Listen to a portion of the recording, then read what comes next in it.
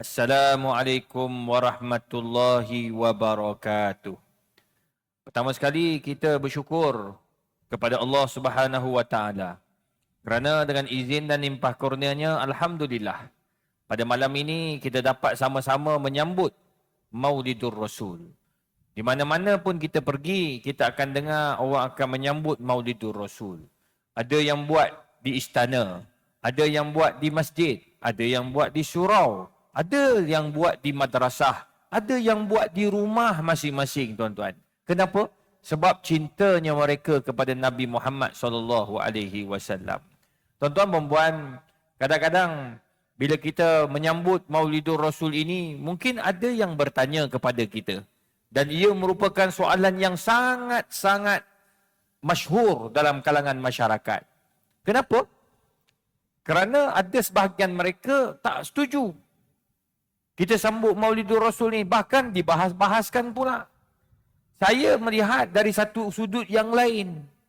Ada yang kata, buat apalah nak sambut ni, semua ni bukan ada pun zaman Nabi SAW. Nabi tak pernah pun sambut birthday. Dia bila maulud ni tak ada birthday. Imam punya birthday kita sambut, beli kek, jamu. Kalau orang Melaka, tak ada dia nak beli kek, dia bawa terus pergi makan dekat tepi sungai. Seafood. Apa nama tu? Seafood kan ni? Alai. Pergi makan seafood. Sini orang Melaka lain cara menyambut maulid, maulud pula dah. Menyambut hari jadi. Tapi kalau zaman Nabi, mereka memang tak sambut. Untuk Nabi pun. Sebenarnya, tuan-tuan tak boleh nak samakan zaman dulu dengan zaman sekarang. Zaman dulu, apa pun saja masalah, Nabi ada kat depan. Betul tak? Gaduh suami isteri, cari Nabi SAW dekat mana? Masjid Nabawi. Tu Raudah yang kita dah masuk, itulah tempat Nabi SAW. Tepi tu kubur Nabi, itulah rumah-rumah Nabi SAW. Kenapa saya kata rumah-rumah? Semua isteri-isteri Nabi berkumpul kat situ. Itu sebab dia ada tiang Ali, dia ada tiang Fatimah, dia ada tiang Aisyah, dia ada tiang Hafsah. Sebab itu rumah-rumah Nabi, bilik-bilik hujurat An-Nabi SAW. Rumah-rumah kecil Nabi SAW bersama para isteri. Nak ada masalah dia jumpa Nabi. Nabi ada kat depan kita. Bila Nabi dah meninggal, apa yang berlaku? Berlaku masalah je. Abu Bakar ada, Omar ada, Osman ada, Ali ada. Kibarus sahabah. Sahabat-sahabat Nabi yang duduk dengan Nabi ada. Jadi apa saja masalah, mereka ada, tuan-tuan. Zaman sekarang lain, ya Rabb. Kalau kita tak buat ni maulud Nabi, tak buat majlis-majlis macam ni, tuan-tuan, program kita mati. Mati kenapa? Kerana kita tak dapat nak menghidupkan hari-hari besar. Dan masa kita hidupkan hari-hari besar ni lah, kita dapat bawa anak-anak kita, orang-orang muda, anak-anak muda kita, agar mereka kenal siapa batang tubuh Nabi Muhammad SAW. Tuan-tuan tengok, kita dah merdeka 66 tahun. Alhamdulillah kita ingat sebab baru saja menyambut hari kemerdekaan. Kalau ikutkan nak buat apa sambut, kita dah merdeka, cukuplah. Mana pernah berlaku pembukaan kota Mekah. Nabi sambut pembukaan kota Mekah tu hari Nabi masuk. Tapi setiap tahun selepas itu Nabi tak pernah membuat hari sambutan pembukaan kota Mekah. Tak pernah. Tak pernah. Tapi kita sambut sebab zaman dah berubah. Zaman sekarang anak-anak muda kita dah mula sibuk dengan gadget. Anak-anak muda kita dah sibuk dengan kelab-kelab malam. Anak-anak muda kita sudah mula sibuk dengan apa? Dengan perkara-perkara maksiat. Hiburan dekat Kuala Lumpur yang dipanggil Blackpink. Nak masuk Blackpink ni, tuan-tuan, bayar, bukan masuk free. Tak masuk free, tuan-tuan. Mereka datang Malaysia ni semua ditanggung penuh, first class. Datang orang beli macam ni tiket, sold out. Buatlah apa-apa program hiburan, semua berbayar, penuh stadium, penuh dewan. Sebab apa? Maksiat. Mereka boleh, mereka nak. Tapi tuan-tuan dan puan, kalau kita berdiam diri, tak sambut Maulidur Rasul, tak ingatkan Nabi Muhammad, mereka akan lebih kenal pin daripada Nabi Muhammad sallallahu alaihi wasallam. Itu sebabnya kita sambut hari kemerdekaan, nak ingatkan mereka, untung kita hari ini alhamdulillah dapat merdeka. Atuk saya orang yang antara terlibat dengan kemerdekaan negara. Dia bukan orang besar, tuan-tuan, orang kecil. Tetapi sumbangan almarhum dengan kawan-kawan dia cukup besar. Masa zaman kami kecil-kecil, dia selalu cerita macam mana keadaan dia menghadapi komunis. Atuk saya ni orang Alor Gajah. Payah Datuk. Nenek saya orang Melekik. Kedua-dua mereka dikuburkan dekat Alor Gajah. Payah Datuk. Arwah ayah saya dikuburkan dekat masjid Alor Gajah atas tu. Dekat tepi jalan. Tepi highway tu. Cabang 4. Payah Datuk tu. Arwah ayah balik kampung. Dia orang Kelantan. Balik bercuti rumah mak. Sebab masa tu atuk tak sihat. Tengok. Idza jaa ajaluhum la yastakhiruna sa'atan wa la yastaqdimun. Datang ajal ni, arwah ayah datang ziarah atuk. Tapi yang meninggalnya ayah. Atuk hidup selepas itu 5 tahun pula baru meninggal dunia. Nak bagi tahu tuan-tuan dan puan, dia cerita bagaimana dia nak merdekakan Malaysia ni dulu. Zaman komunis, sebelum itu zaman penjajah. Masa tu nenek tak boleh baca. Tak boleh baca Quran. Tak boleh langsung baca apa. Tak boleh langsung nak baca ni. Tulisan Rumi pun tak reti sebab hidup zaman Jepun. Kawan-kawan nenek ramai kena rogol. Tapi nenek alhamdulillah selamat. Sebab dia pandai lari sana lari sini. Dan nenek tak berapa cantik sangat. Tu nenek cakap dia tak berapa cantik. Tu sebab tak Jepun tak mau sentuh. Tapi zaman dulu cantik sikit kena terus. Dia rogol dan bunuh. Bukan rogol saja. Ni, Jepun punya jahat. Cuba kita sambut hari kemerdekaan sebab nak ingatkan anak-anak bangsa kita. Ingatlah kita dah merdeka. Tengok apa berlaku kat Palestin. Tak merdeka-deka. Tak merdeka daripada tahun 1946 sampai sekarang tak merdeka. Bahkan makin teruk daripada apa yang berlaku. Itu dinamakan penjara terbesar dunia. Orang Palestin, Gaza tak boleh keluar daripada Gaza. Gaza, orang luar nak masuk Gaza tak boleh. Itulah penjara paling besar dunia, tuan-tuan. Bom jatuh ikut sempat. Itu kemerdekaan. Bagaimana Nabi Muhammad SAW. Itu sebabnya kita sambut Maulidur Rasul ni untuk apa? Nak ingatkan kepada anak-anak kita, siapakah Rasulullah SAW. Tambah pula kita berada di zaman fitnah. Hari ini saya nak kongsi dengan tuan-tuan. Sepotong hadis Nabi tetapi memberi impak yang besar kepada kita. Untuk mengingati Nabi Muhammad SAW. Kerana ia juga merupakan salah satu daripada cinta kita kepada Rasul. Daripada Usamah bin Zaid radhiyallahu anhu. Beliau berkata, Asyrafan Nabi sallallahu alaihi wasallam ala atammi min atamil Madinah. Suatu hari Nabi panggil sahabat-sahabat. Panggil orang Madinah semua. Dan Nabi berada di tempat yang tinggi dalam kawasan Madinah. Bukit-bukit dekat Madinah. Madinah ni berbukit-bukit. Nabi duduk di tempat yang tinggi. Lantas Nabi pun berkata, Hal tarawna ma araun? Kamu nampak tak apa aku nampak? Of course lah, tuan-tuan. Tak ada orang nampak masa tu. Tak ada orang nampak. Sebab Nabi nak bagi gambaran. Kau tahu tak? Kau nampak tak apa aku nampak sekarang ni? Sahabat pun cakap, Ya Rasulullah. Kami tak nampak. Kami tak nampak, Ya Rasulullah. Lantas Nabi pun cakap, Inni la'aral fitan taqa'un khilala buyutikum mawaqi'al qatar.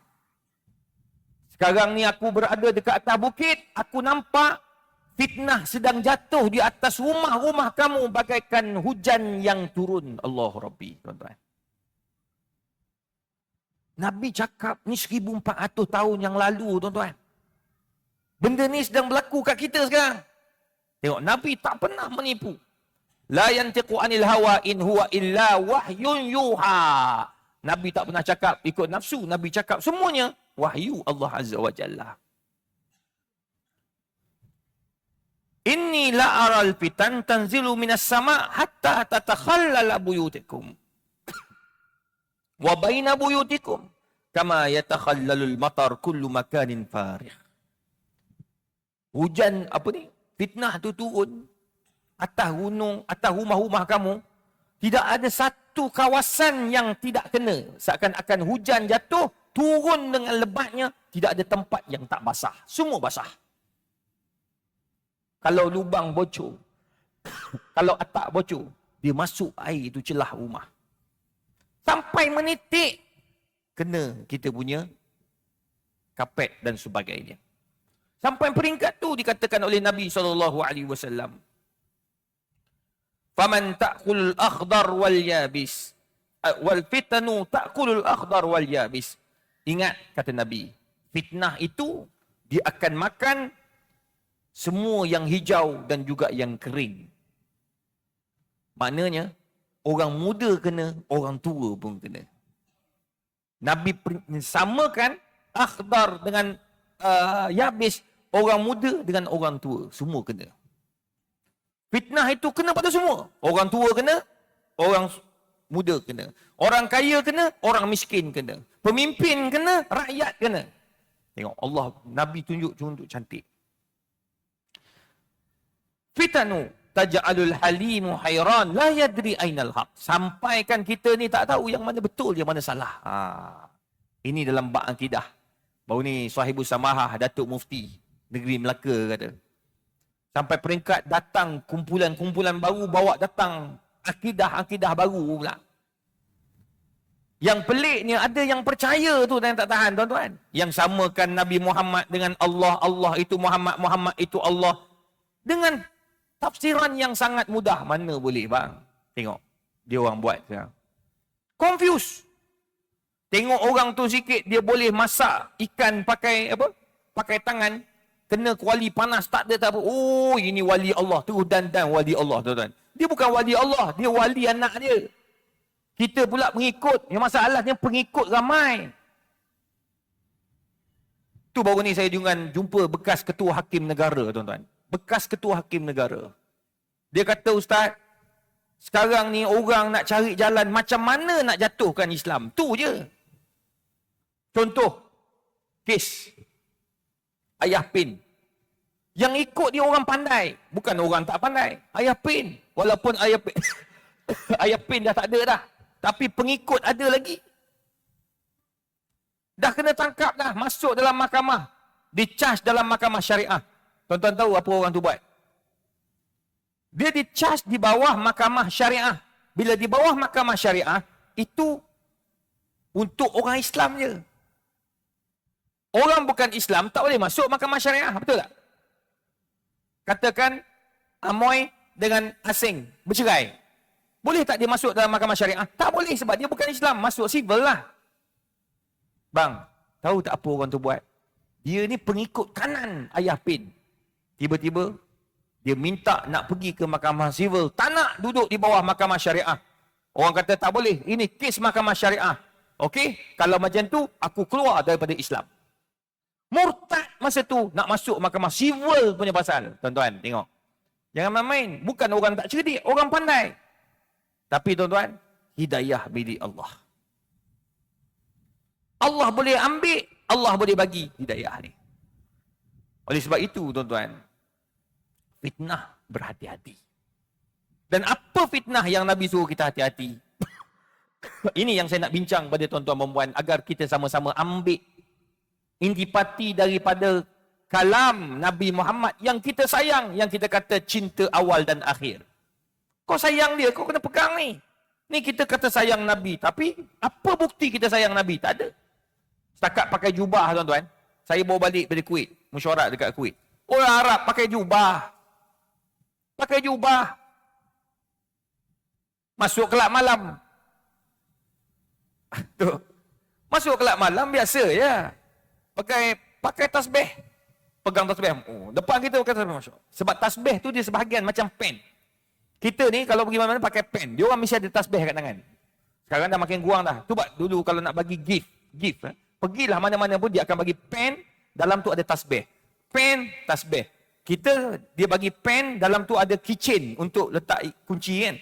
Dia orang tak, dia tak bagi keychain, dia bagi tasbih. Tasbih cantik-cantik, berkilat lah sana sini. Dia pegang. Memang dia orang kaya-kaya kan, dia orang akan pegang. Tangan gerak.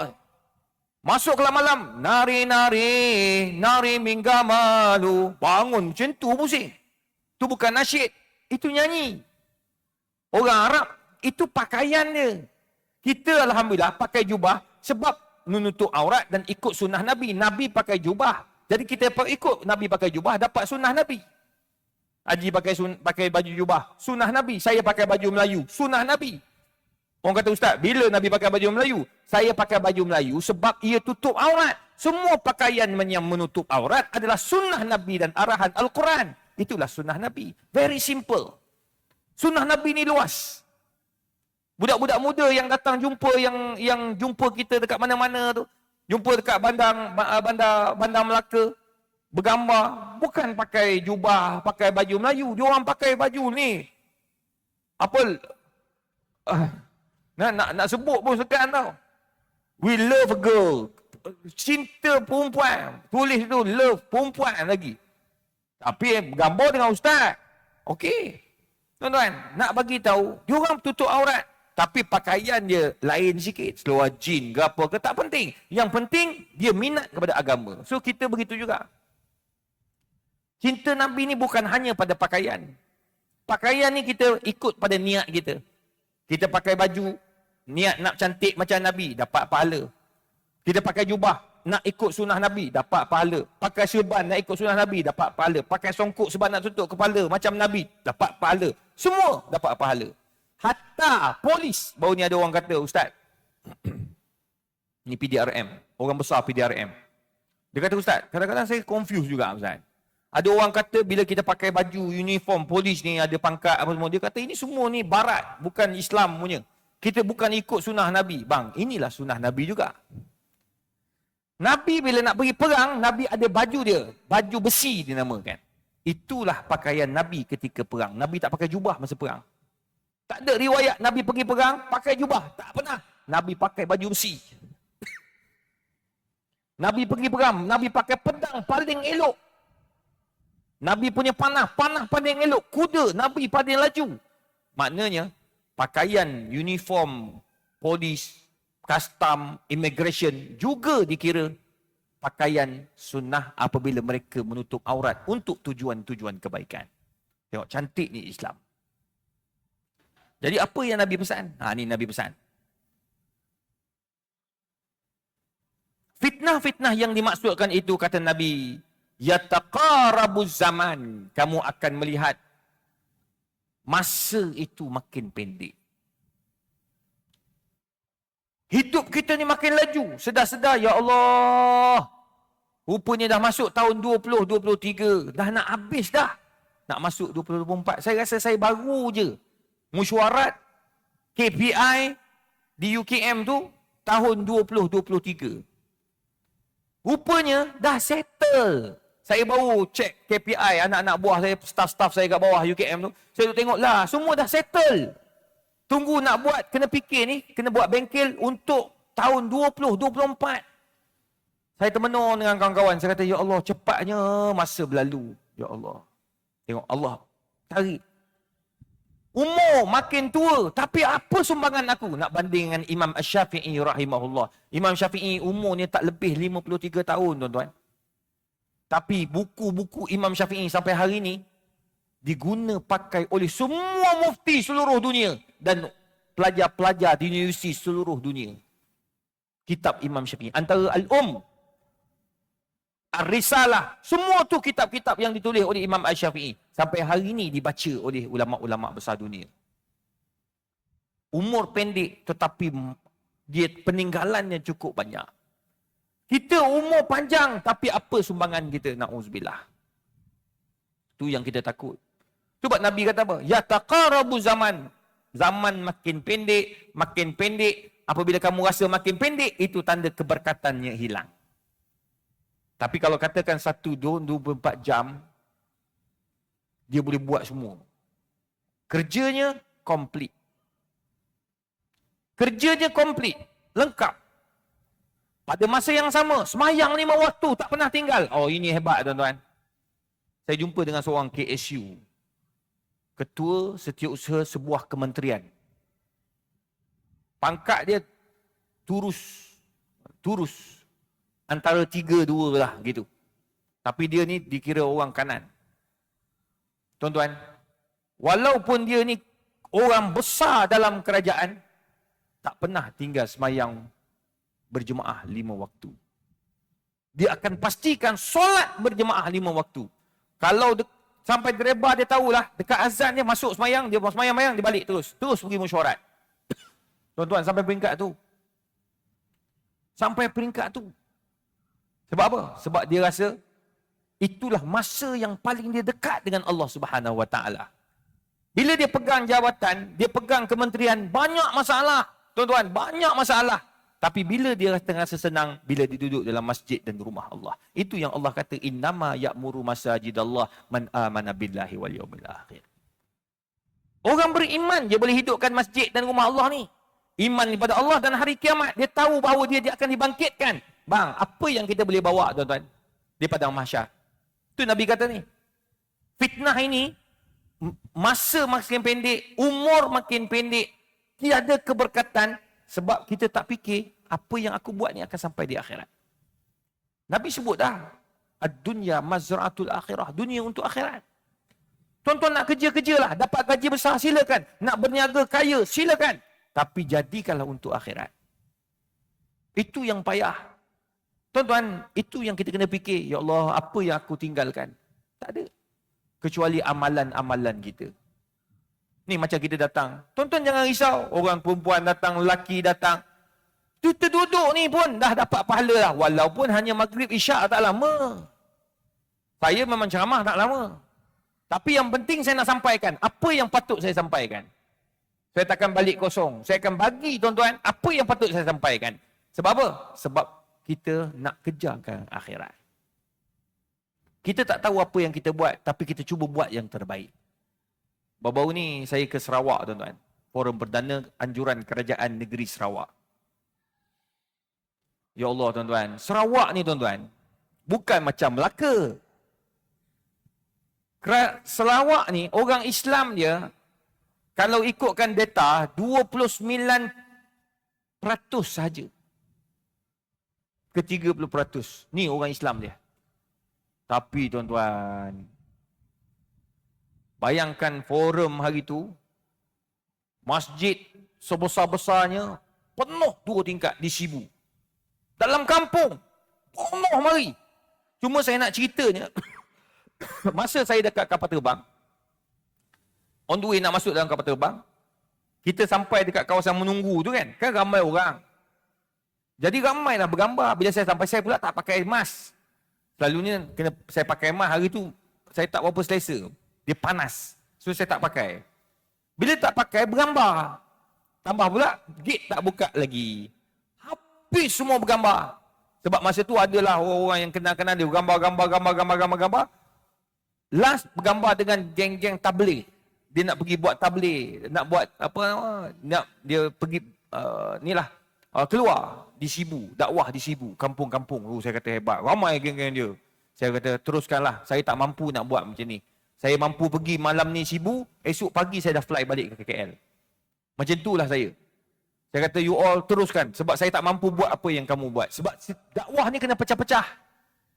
Kena macam-macam cara-cara, macam-macam cara dakwah ni tuan-tuan. Jadi saya masa tu, last kali nak masuk on the way tu, lepas gambar dengan orang tabligh, ada seorang bergambar. Ustaz, boleh saya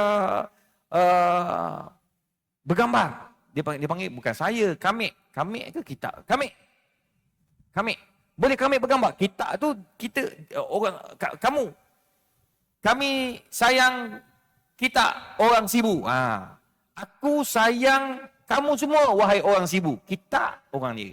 Kami, saya. Boleh kami bergambar? Boleh. Gambar. Gambar. Selfie. Lepas tu saya pun kata, dia tanya, malam ni, mau ke mana ni Ustaz? Saya ada forum di Sibu. Masjid. Alamak, lupa nama masjid. Yang penting masjid lah. Saya sebut nama masjid tu, masa tu ingat. Dah habis dah, tak ingat lah. Masjid, habis masjid tu. Saya kata, datanglah ramai-ramai ke masjid. Tahu tak dia jawab apa? Minta maaf Ustaz. Saya bukan Islam. Oh, bukan Islam. Wah, tak apa. Boleh tengok kat TV. RTM TV1. Ya, saya tengok dekat RTM TV1. Dia bukan Islam. Saya pun confused. Macam mana dia boleh kenal aku? Kadang-kadang, orang bukan Islam, dia memerhati. Dia nak tengok apa yang terbaik. Tambah-tambah geng-geng muda-muda ni, tuan-tuan. Itu sebabnya kita nak kena buat sesuatu yang ada impak. Seorangnya orang tu dia masuk Islam. Saya doa dia masuk Islam. Masa dia salam dengan saya tu, saya kata, dalam hati saya doa, Allahumma hdihi ya Allah. Ya Allah, bagilah hidayah pada orang ni, ya Allah. Jadilah dia antara orang yang dapat hidayah sebagaimana orang Taif dapat hidayah dengan doa Nabi Muhammad SAW. Hari ni tuan-tuan masuk Taif, seorang kafir pun tidak ada berkat doa Nabi Muhammad SAW.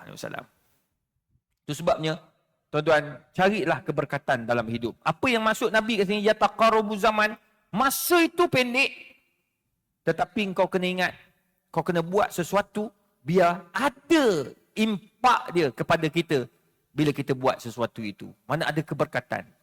Kita walaupun sibuk, kita boleh sembahyang berjemaah di masjid. Walaupun sibuk, kerja pejabat kita siap. Walaupun sibuk, hubungan kita dengan masyarakat pun okey. Apa faedah kita sibuk tapi tak ada hubungan dengan masyarakat? Apa faedah tuan-tuan? Keberkatan Allah lagi. Apa faedah kita pangkat tinggi tapi kawan-kawan tidak ada? Itu tak ada berkah. Tak ada berkat sebab kamu tidak ada masa nak duduk dengan kawan-kawan kamu. Jadi kena gunakan masa yang ada untuk mencari keberkatan. Itu yang pertama kata Nabi SAW.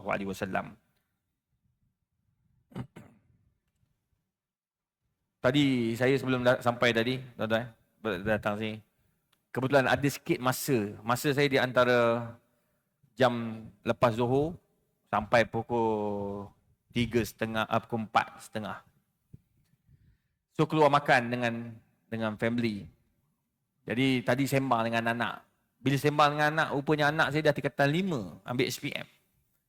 Dulu saya ingat dia kecil lagi. Saya pun tak sedar-sedar tengok dah besar dah budak ni. Tengok. Masa itu berlalu dengan pantas. Sebab tadi dia sembang. Dan lah ada masa sejam sembang dengan dia. Lepas tu bawa dia hantar dia main bola tampar apa semua. Tapi nak kata tuan-tuan, ya Allah, masa berlalu dengan begitu pantas. Benar kata Nabi SAW. Itu yang pertama. Yang kedua, wayanqusul ilm wal amal. Yang kedua, Nabi SAW pesan, antara fitnah yang berlaku hari ini, ilmu makin berkurangan. Hari ini tuan-tuan dah tak sama. Dulu kalau tuan-tuan nak kenal atau nak membaca sesuatu, tuan-tuan kena beli buku. Beli buku. Contoh, nak faham tentang hari kiamat, tuan-tuan beli buku. Tuan-tuan nak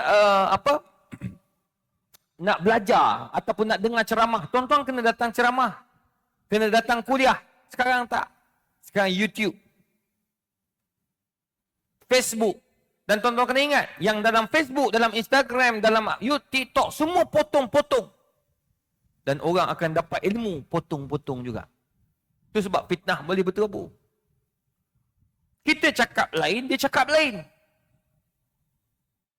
Contoh, ada salah satu daripada ceramah saya, ada orang tanya hukum dalam kuliah. Saya mengajar kitab di Selangor dan wilayah. Dan juga Negeri Sembilan. Mengajar kitab halal dan haram dalam Islam. Jadi orang tanyalah, Ustaz, apa hukum ziarah kubur? Kita pada pagi raya, kita pun jawablah. Asalnya Nabi tak benarkan ziarah kubur sebab hadis Nabi jelas. Kan? Nabi kata, kuntu nahaitukum an ziyaratil kubur. Aku pernah larang kamu daripada ziarah kubur. Tapi sekarang tidak. Kerana selepas itu, sambungan pada hadis itu, ala fazuruha. Sekarang tidak lagi. Sekarang boleh ziarah. Cuma bila ziarah, perlu ada adab-adab dia. Wah, dia potongnya, dia ambil. Nabi tak benarkan ziarah kubur. Stop situ je. Dah, tak pasal-pasal orang tanya saya. Ustaz, tak boleh ziarah kubur ke? Saya kata, siapa cakap? Memang kena ziarah kubur. Habis kalau tidak orang buat bakek tu buat apa? Nabi suruh ziarah bakek, kubur bakek. Nabi suruh ziarah kubur Maklah dekat Mekah. Sebab apa? Sebab kita pergi ziarah nak ingatkan kematian. Tengok, ni pendek-pendek, ilmu makin berkurangan. Nombor 2, tanda ilmu makin berkurangan. Apabila Quran itu tak lagi dibaca dengan dalam isi kandungnya. Contoh, orang baca Quran. Kita baca Quran, tapi kita faham tak Quran tu? Bang, inilah peninggalan Nabi yang Nabi kata, taraktu fikum amrain lan tadillu bihima. Aku tinggalkan pada kamu, aku bukan tinggal harta. Aku tinggal 2 benda je. Pertama, kitab Allah wa sunnati Rasulillah. Aku tinggalkan kitab Allah, iaitu Al-Quran dan sunnah Nabi Muhammad SAW. Bang, Quran tu, kita kena baca. Sebab apa kita kena baca Quran? Sebab Nabi suruh kita baca Quran agar di akhirat dapat syafaat Al-Quran. Fa innal Quran ya'ti yaumal qiyamah syafi'an li ashabih. Quran akan bagi syafaat kepada orang yang baca. Walaupun tuan-tuan baca ya takak fi qiraatih. Baca tu ya takak ni dia macam tersekat-sekat. Baca tu wa man yattaqillah tak apa tuan-tuan, jangan malu. Biar kita belajar. Mati tengah membaca Al-Quran lebih baik daripada mati sedang menghafal lagu-lagu K-pop. Oh, sekarang ni tuan-tuan, tengok TikTok. Yang tua pun main TikTok lagu K-pop. Geli aku tengok tuan-tuan. Apa nak jadi ni? Tuan-tuan, ni zaman. K-pop menyebarkan dakwah dia melalui lagu. Yahudi pula menyebarkan dia punya dakwah dia melalui produk-produk yang dia hantar. Kita je tak perasan. Itu sebabnya ilmu. Kita baca Quran untuk dapat syafaat, satu. Nombor 2, untuk faham apa yang ada dalam Quran. Itu sebabnya kalau kita faham Quran betul-betul, kita boleh ajak orang masuk Islam. Orang bukan Islam kadang-kadang ditanya, kenapa, apa beza agama Kristian dengan agama Islam? Tuan-tuan kena cerita tu berdasarkan apa yang ada dalam Quran. Ceritakan apa yang ada dalam surah Maryam. Islam tak pernah menolak agama Samawiyah. Tak pernah. Kita boleh makan sembelihan orang Yahudi. Kita boleh makan sembelihan orang Kristian. Tapi Yahudi dan Kristian yang original. Faham tak? Bukan tiba-tiba datang, saya Kristian. Tak boleh. Kalau guru saya cakap, Dr. Sayyid Ramadan Al-Buti, tak boleh ambil daripada, tak boleh makan atau kahwin dengan perempuan Kristian atau Yahudi yang murtad. Macam mana murtad? Oh, dia asal Buddha, masuk Kristian. Tak boleh. Dia asal Buddha. Dia asal Yahudi. Dia asal Buddha. Dia masuk Yahudi. Tak boleh. Dia mesti keturunan dia adalah keturunan Yahudi yang asal. Baru boleh makan. Itu dia panggil kosher. Kalau tuan-tuan pergi UK, pergi US, dia ada chop kosher. Macam kita chop halal. Boleh makan. Kalau tidak ada lah makanan yang halal orang Islam punya. Tapi tuan-tuan sekarang tak ada masalah. Tuan-tuan pergi sana, Indian punya food cukup banyak. Orang Islam kita Pakistan punya. Kan? Kebab lah apa semua. Tadi tak ada isu. Jadi boleh makan apa yang kita boleh lihat orang Islam kita punya. Nak kahwin? Alhamdulillah. Kita orang Malaysia ramai lagi yang tak kahwin. Kahwinlah. Kan? Yang tak cukup seorang, ambil dah 2. Contoh. Itu nak ikut sangat. Itu sunnah tu semua nak ikut. Sorry kak, saja ni. Tuan-tuan perempuan yang dikasih sekalian. Ilmu. Quran, dia cerita macam-macam perkara dalam tu. Sains ada, akidah ada, undang-undang ada, akhlak ada. Tapi kita tak pernah nak membaca dengan baik. Contoh ilmu. Mereka pertikaikan bahawa ilmu yang anak-anak kita belajar dekat sekolah menengah, sekolah rendah itu bukannya agama, ilmu Islam. Contoh, matematik. Belajar matematik ni bukan Islam punya. Bukan Islam punya, dia kata. Matematik ni bukan Islam punya. Siapa cakap? Dalam matematik lah. Al-Quran, dia cerita tentang matematik. Apabila Allah sebut dalam Quran, Ar-Rijal, Lir-Rijali nasibum, ayat faraid tu. Apa? Mana imam? Mam. Apa? Ayat faraid tu. Surah Nisa. Lupa. Lupa. Tak datang ayat tu. Kita bagi laluan azan, lepas ni kita sambung.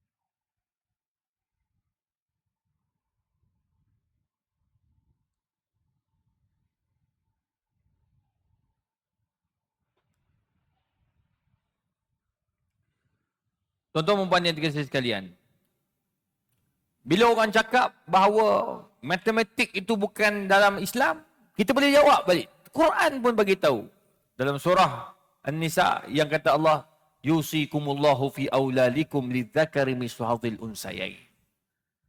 Nak dapat anak lelaki punya bahagian, 2 bahagian. Anak perempuan 1 bahagian. Macam mana nak kira 2 bahagian, 1 bahagian tu? Matematik. Kemudian dalam hadis, Nabi tafsirkan ayat min ba'di wasiyatin aw dain. Ada wasiat, bila dah nak orang tu mati, seseorang itu meninggal, jangan dia agih-agihkan harta sehinggalah wasiat dia dibayar, hutang dia dibayar. Jangan kalut nak bagi faraid. Wasiat settle tu. Berapa wasiat tu? 1/3 je. Macam mana nak kira 1/3 daripada harta 1 juta? Nilai harta 2 juta. Nilai harta 3 juta. Macam mana nak kira 1/3? Matematik. Tengok. Islam tu hebat. Tu Quran tu bukan calang-calang. Tu ramai orang bukan Islam masuk Islam lepas baca Quran. Baca terjemahan Al-Quran. Impak dia besar, tuan-tuan. Percaya cakap saya. Malu kita kalau kita tak boleh nak menguasai apa yang ada dalam Quran. Itu sebab saya selalu nasihat anak-anak murid saya dekat UKM. Anak-anak murid saya ni ramai, kalau yang PJJ tu ramai daripada imam-imam. Ramai daripada bilal-bilal. Ramai daripada kaki tangan jabatan-jabatan agama Islam seluruh negara. Saya kata, kita bila bergelar ustaz, kita tak boleh tak faham ayat Quran. Tak kiralah awak usuluddin ke, awak syariah ke, awak dakwah ke, awak kena faham.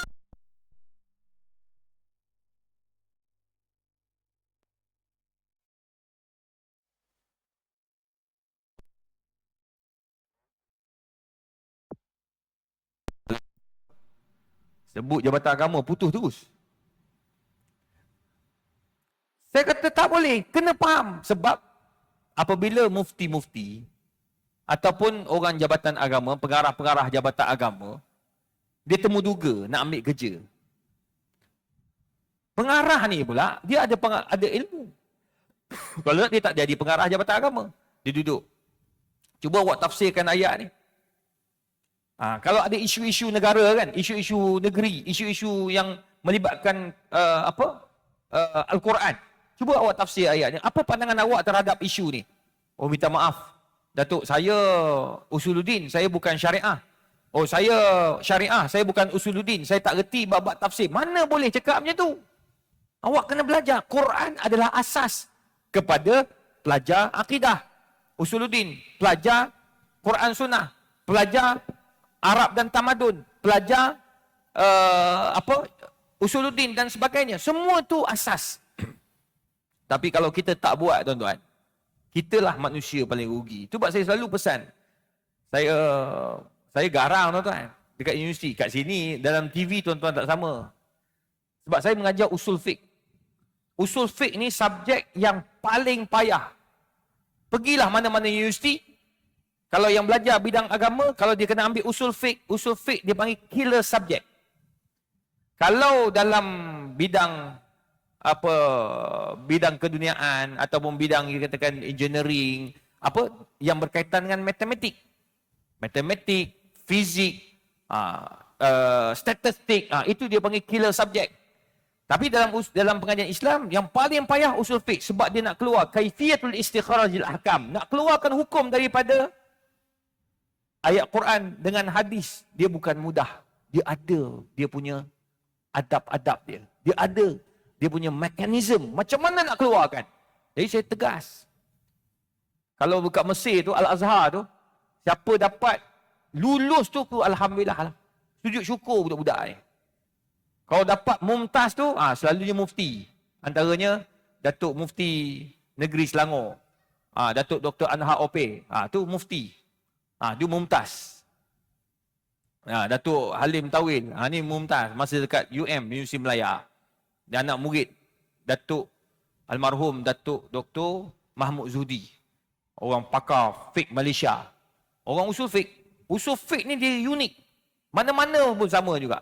Kau belajar bahasa Melayu pun susah, belajar bahasa Arab lagi susah.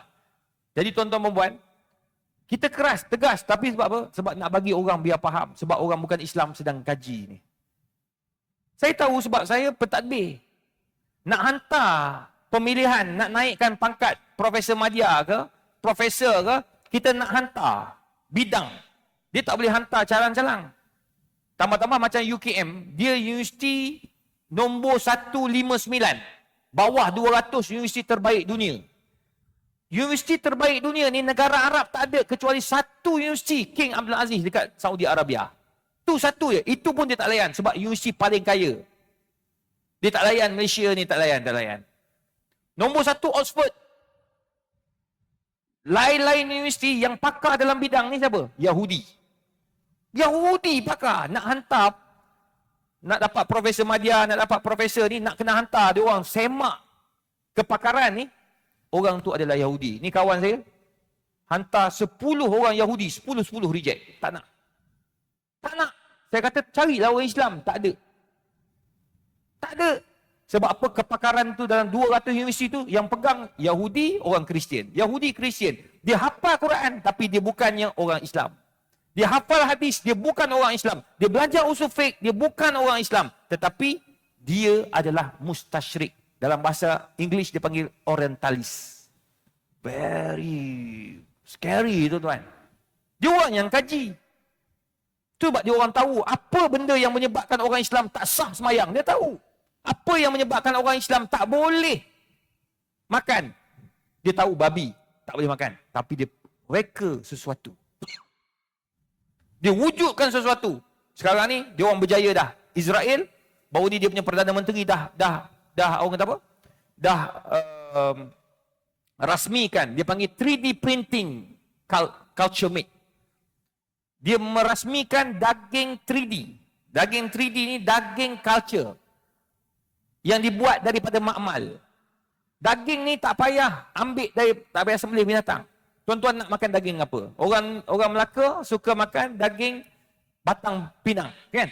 Dia type saja dekat komputer, keluar.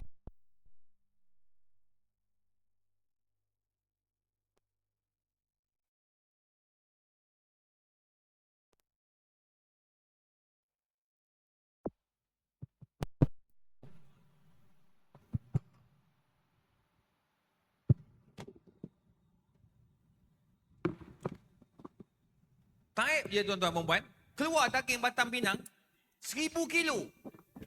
Sekarang ni diorang berjaya buat daging lembu, kambing, ayam dan ikan. Sekarang ni dah dijual dekat Singapura daging ayam.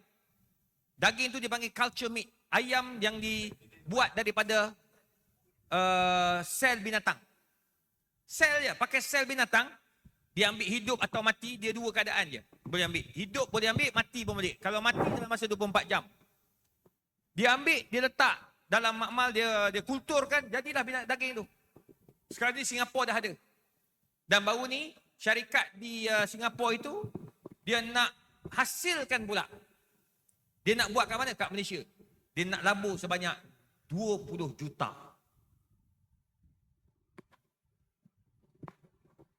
Dia nak labur 20 juta.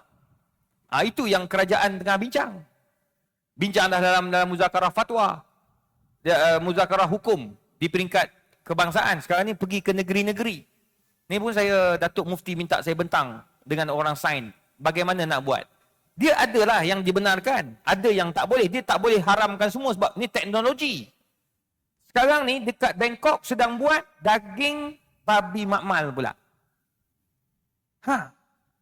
So lepas ni kita boleh makan ke tidak? Tu buat saya tanya betul, boleh tak makan lepas ni? Itu kena fikirlah. Mufti-mufti kena bincang, ulama-ulama dunia kena bincang. Boleh tak? Dia rasa 99%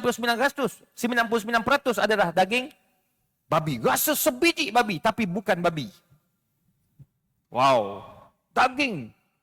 Singapura dah ada. Singapura nak keluar fatwa tahun depan. Mungkin dia akan keluar. Sebab kerajaan tu ambil daripada Israel. Israel dah pecahkan dah bawa ke US, Israel dah jual lebih dah. Nak bagi tahu tuan-tuan, semuanya orientali dah gaji dah. So lepas ni tak ada masalah. Dia tahu orang Islam tak boleh minum arak. Haram minum arak. Dia kaji ilmu. Dia kaji. Sekarang ni orang Islam tak boleh minum arak, jadi kita jangan buat arak kita buat perisa arak. 100% rasa arak tapi it's not alcoholic. Alcoholic drink. Bukan alkohol. Oh tuan-tuan, unik. Dia orang kaji, kita alpa. Kita orang Islam gaduh.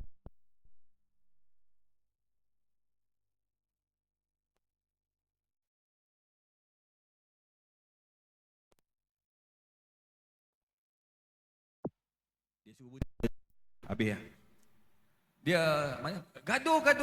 Orang Yahudi bersatu untuk reka sesuatu untuk orang Islam kita makan. Tambah pula kalau tu nasib baik kita Malaysia pakai mazhab Syafi'i tuan-tuan. Kita agak tegas. Dia panggil mazhab ihtiyat, berhati-hati. Oh, kalau mazhab Maliki senang, tak payah fikir, mufti tak payah pening. Sebab mazhab Maliki semuanya halal tetapi makruh kecuali daging babi saja. Kulit boleh pakai. Sebab dalam Quran sebut daging khinzir. Dia tak sebut kulit, dia tak sebut minyak, dia tak sebut tulang. Oh, lagi senang. Tu sebab kalau you all pergi ke Morocco, orang Morocco mazhab Maliki. Tengok dekat hotel 5 bintang, dia buat apa tau? Dia masak siput babi. Bapak siput babi. Yang bestnya, orang kita pergi dia telan, sedut, sedap dia kata. Siap buat live lagi dekat Instagram dengan Facebook. Bang, memang dekat sana halal. Dekat Malaysia tak boleh. Sebab siput babi. Bukan sebab babi. Kan ada pula marah babi. Apa kaitan aku? Tu siput, aku babi. Tak, ini nama je. Nama saintifik dia lain.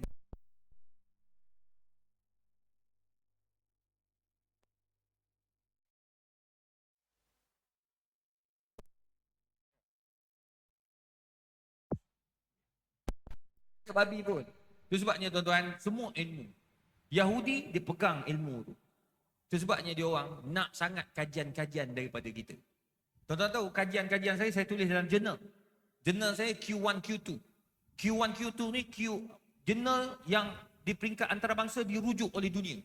Tuan-tuan, yang rujuk bila saya cek balik rujukan-rujukan tu, orang Yahudi yang semak.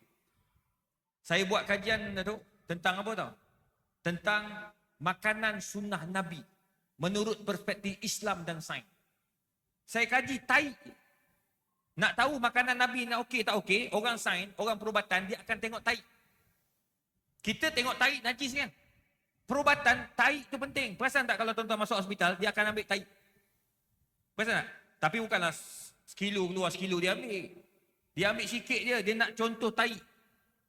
Ada orang kata, ustaz, kepala tai ke ekor tai? Mana-mana kau ambil pun tak ada masalah. Yang penting tai. Letak dalam bekas dia tu, simpan, tutup. Nanti dia akan bawa masuk makmal. Yang kedua, air kencing. Dia akan tengok air kencing. Daripada tai, kita boleh kenal makanan tu okey tak okey. Allahu Rabbi. Saya buat kajian diet Rasulullah dengan beberapa orang profesor daripada perubatan dan juga engineering dan juga makanan. Saya dari Islam. Kita kaji dari tai itu saja rupanya menunjukkan bahawa makanan Nabi adalah makanan yang penuh dengan serat. Allahumma salli ala Muhammad. Naik dulu ngomong saya tuan-tuan. Kita cakap kita sayang Nabi tapi kita tak tahu macam mana Nabi makan. Kita tahu apa sebab Nabi banyak minum air. Kita tak tahu kenapa Nabi suka makan buah. Kita tak tahu kenapa Nabi suka yang rebus. Allahumma salli ala Muhammad. Kita salah faham dalam bab makanan Nabi. Kata sayang Nabi. Yang makan cara Nabi adalah orang putih. Orang putih dia banyak makan salad. Orang putih dia banyak makan makanan yang Nabi makan. Kita tak perasan. Cuba kaji. Saya pergi ke ni tengok orang putih punya makan. Dia makan semua sayur-sayur. Dia tak makan berat. Jarang kita tengok atas pinggan orang putih kepala kambing. Jarang tuan-tuan. Orang putih saya makan 2-3 kali dah dengan orang putih. Tak ada. Dia makan very simple. Dia makan tu macam kalau kita yang jual roti tu. Subway. Subway tu kan. Itulah makanan dia. Roti yang gelap-gelap sikit. Dia memang makanan untuk perut. Allahumma salli Muhammad. Itulah Nabi Muhammad. Kalau pergi ke Palestin, kita tengok orang Israel makan. Ya Allah, semuanya makanan dia orang adalah makanan yang Nabi makan. Dia orang makan tamar. Dia hentam Nabi, dia kutuk Nabi, tapi dia makan tamar. Sedangkan tamar itu makanan yang Nabi suka, iaitu rutab. Tapi dia orang tak sandarkan kepada Nabi. Dia sandarkan kepada Maryam. Tengok. Allahumma salli Muhammad. Tengok. Yahudi tuan-tuan. Dia takkan mengaku. Walan tarda ankal yahudu walan nasara hatta tattabi'a millatahum. Ilmu lah tuan-tuan memainkan peranan. Itu sebabnya bila bawa maulid Nabi ni, tak ajak anak-anak muda kita biar tahu ilmu. Bila kau tahu Quran, kau boleh tahu sains. Bila kau tahu sains, kau kaitkan dengan Quran. Allahumma salli Muhammad. Tuan-tuan, ni saya nak bagi tahu. Guru saya ni Profesor Datuk Dr. Apa nama? Rahimah. Dia ni tuan-tuan, Ruzimah. Dia ni pakar stem cell. Stem cell. Dunia bukan Malaysia. Dunia. Malaysia ni dia memang pakar dah lah. Sebut nama Ruzimah orang kenal semua. Dia pencen 60 di dalam sambung. Profesor ni dia boleh sambung sampai umur 70. 70. Gaji Jusair. Bahkan boleh sampai Turus 2 pun boleh sampai. Tapi tuan-tuan, dia berhenti 60 tak nak. Oh, cukup. Saya baru ni minta dia bagi talk dekat Fakulti Pendidikan Islam. Saya kata boleh tak Datuk bagi talk sikit tentang, oh tak nak, saya bagi anak murid saya lah. Saya tak boleh nak mengajar, tak boleh nak ceramah dah. Saya nak main dengan cucu, lepas tu fokus saya sekarang ni, saya nak habiskan tafsir Al-Quran mengikut perspektif sains. Dia pergi belajar, mana ada tadabbur Quran dia akan pergi. Dia bawa Al-Quran tafsir ni, bawa, dia buka. Ustaz Farid Ravi mengajar, dia dengar. Ustaz Don mengajar, dia dengar. Ustaz Habib dia mengajar. Semua yang berkaitan dengan tafsir dia akan buka. Sebab apa? Dia nak kaitkan apa yang ada dalam tafsir, nak kaitkan dengan ilmu sains dia tu. Patutlah Allah kata apa? Ha ni, tengok. Baddalnahum juludan ghairaha liyadhuqul azab. Allah azab orang tu dekat api neraka. Apa tu Allah buat? Tukar kulit setiap saat. Saya nak minta tuan-tuan cuba letak tangan ni. Letak ni, buat ini. Cuba tekan. Picit, cubit. Sakit kan? Sakit kan? Beginilah kau punya sakit tu bukan sakit macam kita cubit. Dibakar di api neraka. Setiap kali sakit ditukar, sakit tukar. Sebab kulit ini tak boleh ditukar ganti, tuan-tuan dan puan. Allahumma salli. Tu Prof Datuk Ruzimah Hassan. Dia kata, Ustaz, kulit ni kalau kita tukar, satu-satu uniknya ciptaan Allah ni, Allah kata kulit, sebut kulit dalam neraka, sebab kulit ni kita tak boleh nak tukar. Kalau tuan-tuan kata, na'uzubillah lah, kulit ni, kulit muka rosak kan, kena api, na'uzubillah. Nak tukar, nak ganti kulit ni, dia akan ambil daripada tuan-tuan punya juga. Sama ada di bahagian peha, betis, atau punggung. Tuan-tuan duk kutuk punggung, punggung tu ada pedah tuan-tuan, kulit tu. Punggung, tuan-tuan punya. Dia tak boleh ambil Tok Imam bagi kulit punggung. Lain terus, tak boleh. Dia mesti kulit kita juga. Kalau ambil kulit orang, luar nampak cantik, di bawah kena kanser. Dia panggil kanser kulit. Allahu Akbar. Saya tengah terkejut, tuan-tuan. Itu sebabnya, tengok, dia nak belajar tu lah. Dia kata, saya nak berhenti dah daripada menulis jurnal antarabangsa terlibat dengan sana sini. Dah, cukup. Saya nak duduk rumah, saya nak pergi masjid pagi, zuhur, asar, pergi kuliah untuk faham Al-Quran. Sebab saya rasa malu. Saya hanya faham tentang sains, tetapi saya tak faham tentang Al-Quran. Allahu Akbar. Tuh, orang bila ada ilmu, tuan-tuan, dia nak kaji. Yahudi dah kaji dah. Yahudi dia boleh baca bahasa Arab. Dia pergi Mesir semata-mata nak belajar bahasa Arab, ya tuan-tuan. Dan akhirnya, orang yang di akhir zaman, ulama-ulama makin tiada. Habislah ulama-ulama mati seorang. Tak ada ulama-ulama yang boleh kita rujuk. Tuan-tuan dan puan. Yang terakhir. Wa yulqiyasyuh. Akhir zaman fitnah yang paling berat. Allah uji kita ini dengan sifat kedekut. Apabila harta banyak, tetapi nak membayar zakat susah. Itu sebabnya dalam Quran banyak cerita tentang apa? Tentang infak. Maknanya, mafhum mukhalafah lawan kepada apa yang Allah sebut dalam Quran itu, kau kena kaya. Kalau kau tak kaya, kau nak infak macam mana? Itu sebabnya madih agama, jabatan agama sedang usaha macam mana nak dapatkan duit daripada orang-orang kaya ni. Di sebuah negeri sampai masuk khutbah Jumaat, tuan-tuan. Saya tak tahulah di Melaka macam mana. Sampai masuk khutbah Jumaat. Sepatutnya pembayar zakat seramai 1.3 juta orang. Masuk khutbah Jumaat, minta merayu, tuan-tuan bayarlah zakat. Sebab daripada 1.3 juta yang patut bayar zakat ini, yang bayar hanya 300,000 saja. 1 juta orang tak bayar. Allahu Akbar. Kenapa tak bayar? Bila jumpa, saya akan bayar lepas ni Ustaz. Saya nak guna dulu untuk modal bisnes. Habis. Ini dipanggil hutang dengan fakir miskin. Kata Imam Syafi'i, apabila kamu berhutang dengan orang fakir miskin, nak jawab depan Allah bukan senang. Hutang. Ni tadi ada orang kaya seorang. Dia nak beli emas gold bar sebanyak 30. Yang 100 gram dia nak beli 30. Saya kata banyaknya beli. Oh, dia kata saya dah ada 70 lah. Nak cukupkan 100 gram. Dia dah ada 70 gold bar. Bermakna dia dah ada, dia satu gold bar tu 100 gram. Bermakna berapa? Dia dah ada 70. Berapa?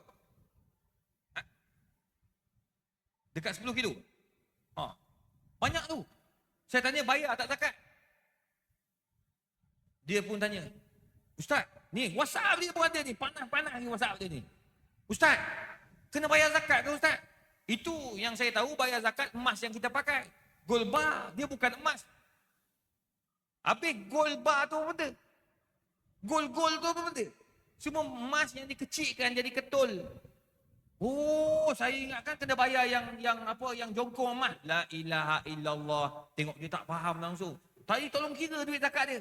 Jatuh zakat kalau di Selangor, sebab dia duduk Selangor, sebab zakat kena bayar ikut negeri. Macam tuan-tuan Melaka, bayar kat Melaka. Jangan duk bayar kat Selangor. Jangan bayar kat wilayah. Jangan bayar kat negeri-negeri lain. Bayar Melaka. Sebab duit zakat ni akan bagi pada orang Melaka. Ini duk sibuk nak bagi negeri orang lain, nak bagi ke Aceh, nak bagi Palestin. Agak-agak lah bang. Kat negeri Melaka pun ada orang susah. Orang Melaka pun memerlukan duit zakat. Kita kena bantu anak-anak Melaka kita yang belajar kalau negara pun kena dapat zakat. Zakat kita lah. Saya kata bayar. Dia kira 1 gram bersamaan dengan 100 gram gold bar dia bersamaan dengan RM700. Dia punya nisab dia. Dia punya zakat dia tu. Nilai dia berapa nilai dia 28,000. Satu tu 28,000. Sekarang lah harga semasa. So dia punya zakat saya kira pakai online tu. Dia bukan 100 gram bersamaan dengan RM700. RM700 kena kalikan dengan 70 gold bar yang dia ada. Keluarlah dia punya angka. Dia tengok-tengok, Allah banyak. Dia beli, nak beli 30 lagi ni. Tak pula dia kata Allah. Nak bayar zakat Allah. Aku kata, puan, beringat. Jangan kedekut dengan bab zakat. Allah boleh tarik anytime bila kau kedekut dengan zakat. Sebab ini doa orang fakir miskin. Terus dia minta nombor telefon orang pusat zakat, lembaga zakat Selangor.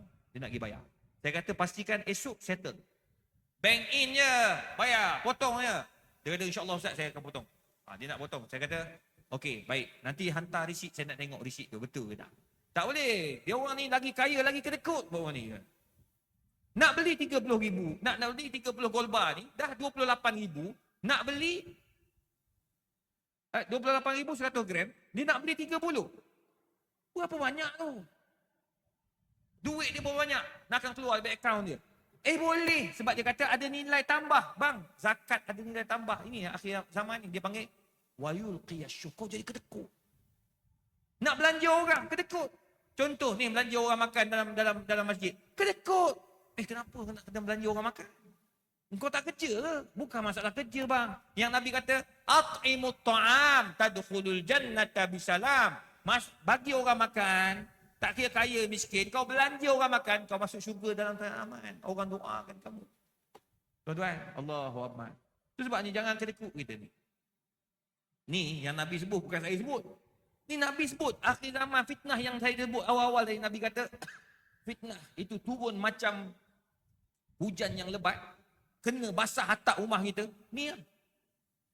Kedekut. Bila tengok duit naik, kita makin kedekut. Tuan-tuan, percayalah. Semua ini yang kita akan diuji oleh Allah Subhanahu Wa Taala. wakaf. Masjid kita perlukan duit. Ni nak bayar elektrik, duit. Ada orang dia beri je. Kenapalah tak nak kena bayar duit ni? Jabatan agama tak keluarkan duit ke? Majlis agama banyak majlis agama nak guna duit. Majlis agama bukan nak fikir duit tu. Baru ni saya menyokong fatwa ataupun cadangan Kerajaan Negeri Sembilan. Jabatan fatwa Negeri Sembilan, dia telah bincangkan boleh mengambil upah atau fee, dia panggil yuran lah, untuk tentu arah kiblat. Yang bukan masjid lah, yang bukan pejabat-pejabat awam ni. Ni hotel-hotel. Contoh hotel dekat Pahang. Saya sembang dengan Timbalan Mufti Pahang, Datuk Fadli Shah Alauddin. Kalau dekat hotel, dekat apa nama tu? Allah Masya Muhammad. Dekat Genting tu kan, dia ada hotel. Tapi ada arah kiblat bawah tu. Tak mau sebut lah. Tuan-tuan tahulah sendiri apa benda kat bawah tu. Bawah tu tempat judi terbesar tu. Tapi hotel ada arah kiblat. Tu hebat tu. Dia semayang bawah main judi contoh. Memang habis lah dia. Semayang dia tu dipersoal oleh Allah Subhanahu Wa Taala. Tapi orang pergi, saya tahu orang Islam kalau pergi, dia bukan pergi nak main judi. Dia nak bawa anak-anak main apa benda atas tu. Saya tak nak sampai lagi. Dia panggil macam mainan budak-budak lah. Nak pergi tengok tempat tinggi, whatever, pergilah. Tak ada masalah. Cuma kalau ada tempat lain, elok juga. Mungkin mana Melaka satu hari Nabi buat macam tu. Tapi jangan ada tempat judi. Tempat mainan air paling besar di Melaka kan, mengalahkan tempat tu. Kita kena buat macam tu lah, lawan. Sebab tu bukan tempat orang ni, orang bukan Islam. Tak apalah. Datuk Pak kata, setiap bilik berapa ribu bilik tu. Jadi setiap bilik tu, kita charge lah. Takkan free. Dia orang duit ada. Dia charge orang datang ambil hotel. Bayar 500-600 satu malam. Takkan Jabatan Mufti tak boleh nak ambil charge tu. Dengan duit charge tu lah kita bayar pelajar-pelajar latihan amali industri. Tengok kadang-kadang sampai bila nak buat benda tu pun orang berkira. Padahal tak ada berkira pun. Kita pergi hotel bayar mahal tu yang letak kiblat tu. Bagilah. Kita bayar fee tu. Duit tu Jabatan Agama boleh guna lagi tempat lain. Jabatan Mufti boleh guna lagi untuk lain. Sebab anak-anak murid saya daripada UKM, dia orang pergi ke industri ni, dia perlu dibayar. Kena bayar. Sebab budak-budak ni tuan-tuan nak cari duit. Anak-anak kita tuan-tuan tu belakang-belakang yang bawa Grab apa semua. Tu bukan tak ada pelajaran tu. BA, MA bawa Food Panda. Tak ada duit. Cari duit. Jadi sebab macam saya di UKM, setiap tahun saya kena pastikan 800 orang dapat kerja. Itu tugas saya tu. Arahan kerajaan. KPT arah saya wajib untuk dapatkan untuk fakulti saya 700 ke 800 orang. Mesti dapat kerja. Atas 96% ke atas. Kena fikir. Dapat sikit duit pun tak apa dah. Sebab saya fikir anak-anak ni nak hidup. Itu sebabnya tuan-tuan, kita kena ada duit. Bila ada duit, kita boleh infak. Kita boleh memberi, berzakat, bersedekah dan sebagainya. Jadi, jangan ada sifat kedekut. Jangan buat benda-benda yang haram kerana ia akan merugikan kita. Jadi, 3 perkara itu adalah merupakan pesanan Nabi Muhammad SAW yang mungkin saya boleh ulang. 3 perkara yang Nabi pesan. Apabila Nabi kata akhir zaman akan ada fitnah yang cukup banyak, antaranya umur kita dipendekkan, dia rasa pendek kerana keberkatan ditarik oleh Allah. Nombor 2, ilmu dan ulama makin berkurangan, amalan terus tidak ada. Yang ketiga, dilemparkan dalam hati manusia itu sifat kedekut sehingga mereka berkira-kira untuk berbuat baik. Semoga Allah Ta'ala merahmati kita. Tahniah kepada pihak masjid, Datuk dan semua adik dan tuan kuasa yang telah berusaha untuk menghidupkan dan mengimarahkan rumah-rumah Allah ini. Dan saya doakan suatu hari nanti insya-Allah kita akan berjaya jadikan Malaysia ini, khususnya negeri Melaka, sebuah negeri yang penuh dengan barakah. Alhamdulillah baru ni masa Ustaz Somad datang baru ni pun hampir 50,000 orang datang. Lepas tu buat pula Melaka berselawat. Ramai tuan-tuan. Suka tengok. Suka betul. Sebab apa? Saya dah tengok. Bukan Melaka saja. Banyak negeri-negeri dah mula buat. Penuh tuan-tuan membuat.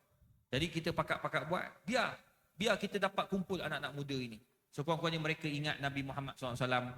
Dan bila mereka nak buat maksiat itu, mereka tahu bahawa Allah Subhanahu Wa Taala ada dengan kita. Itu kata Ibrahim Adham. nasihat yang terakhir ini sebagai mengingati apa yang Nabi pesan. Idza aradta an ta'siyallah, wahai manusia, kalau kau rasa nak buat maksiat kepada Allah, fa'sihi fi makanin la yaraka fih. Kau buatlah maksiat tapi di tempat yang Allah tak nampak engkau. Di mana tuan-tuan? Mana Ustaz? Tempat yang Allah tak nampak kita. Tak ada. Tak ada. Tak ada tempat yang boleh kita buat maksiat. Maka kita pakat-pakatlah saling ingat memperingati. Semoga Allah merahmati kita. Maafkan saya kalau ada salah dan silap. Apa yang baik itu daripada Allah, yang kurang daripada saya sendiri. Wabillahi taufiq wal hidayah. Wassalamualaikum warahmatullahi wabarakatuh. Waalaikumsalam.